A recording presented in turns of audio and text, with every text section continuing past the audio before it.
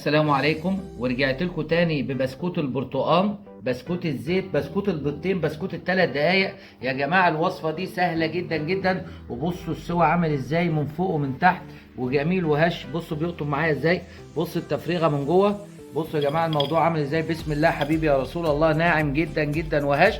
اهم حاجه نمشي مع خطوات الفيديو للاخر ونكمل الوصفه عشان في تريكات، ونبدا الوصفه على بركه الله. السلام عليكم، ورجعت لكم تاني ببسكوت البرتقال بمكونات سهله، ب2 بيضه وبزيت، لا زبده ولا سمنه ولا الكلام ده كله. والمقادير اللي معانا النهارده على بركه الله: معايا 2 كوبايه دقيق، 3/4 كوبايه سكر، 1 معلقه صغيره بيكنج باودر، نص كوب نشا، 3/4 كوب زيت طعام، اي زيت عندنا، 2 بيضه، رشه ملح، بشر برتقان وده اختياري، عايزه بشر برتقان، بشر ليمون، عايزه الغيه خالص بحط الفانيليا بس، دي حاجه اختياري. وهنبدا العجين على بركه الله. هننزل بالبيض، بعد كده السكر بتاعنا، بسم الله، سكر خشن يبقى فانيليا على طول، بسم الله. وهننزل برشه الملح البركه، هنضرب كل ده مع بعضيه لمده دقيقتين. من الخطوات المهمه نزلنا بالدقيق بتاعنا، بسم الله. بعد كده هننزل بالنشا عليه اهو، كله قدام حضراتكم.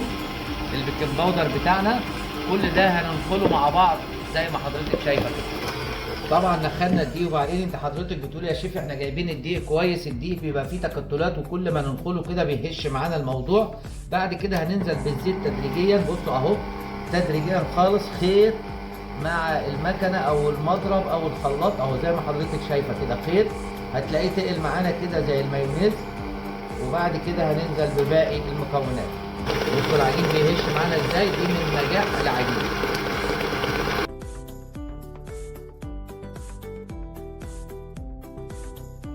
هننزل بعد كده بالدقيق تدريجيا، ونخلي الميكسر على الواطي خالص اهو اهو كده. البسكوت بتاعنا جاهز، بسكوت ال3 دقايق.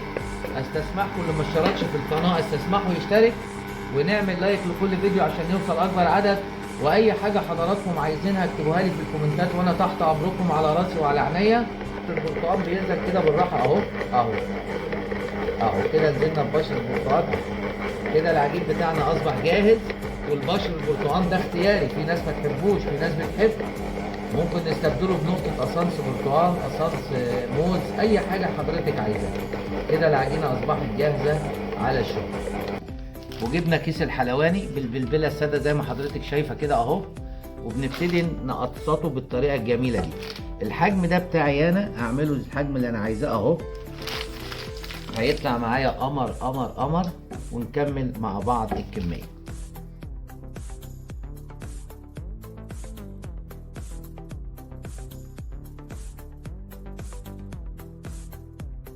المنقار ده دهنا صباعنا زيت، وبنبتدي نشكل كده اهو اهو لحد ما ايه المنقار ده يروح. بعد كده هنعمل حاجه تريكه بقى بتاعتنا. جبنا بقى شويه بشر البرتقال اهو، حطيناهم في معلقه ميه اهو، ونبتدي نحط شويه من فوق كده، بيدي طعم وبيدي شكل للبسكوت البرتقال حاجه غير عاديه.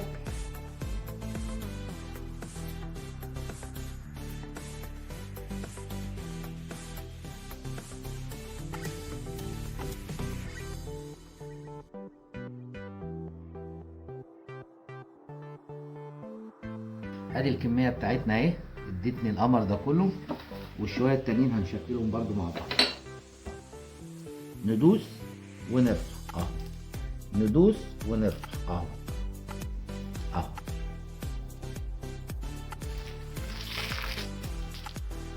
كده بنحط ايدينا في الزيت وندوس كده اهو اهو، عشان ندي الشكل الجمالي بتاعه اهو. عايزين تعملوا بقى بلبله مشط اي حاجه واتيفر يعني، بس انا ايه ببسط الامور على حضراتكم.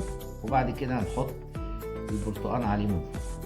كده انتهينا من الكميه، بسم الله حبيبي يا رسول الله. هندخلها الفرن على 160 درجه، يقعد معانا حوالي 17 دقيقه على السلك الوسطاني، وننتظر مع بعض السوا على بركه الله. حضراتكم شايفين خرج بسكوت البرتقال من الفرن، بصوا شوفوا يا جماعه اللون عامل ازاي، مستوي بسم الله من فوق وتحت، ولا ناشف ولا اي حاجه. بصوا الموضوع عامل ازاي. والبرتقال طبعا اديناه نص معلقه سكر مع معلقه ميه، هيديني بقى ايه القرمشه اللي فوق دي، وما نشفش معانا البرتقال وكرمل، وهنغرفه مع بعض على بركه الله. ودي يا جماعه كانت نهايه وصفتنا. بصوا الموضوع عامل ازاي، وسوى فوق وتحت وحاجه بسم الله ما شاء الله، وهش جدا جدا. ناخده مع المدارس نديه لاولادنا في الامتحانات. عندنا ضيوف على السريع مع النسكافيه. واستسمحكم اللي ما اشتركش في القناه استسمحوا اشترك، عشان الشيء ده بيساعدني وبيخليني اكمل. ودمتم في امان الله، والسلام عليكم ورحمه الله وبركاته.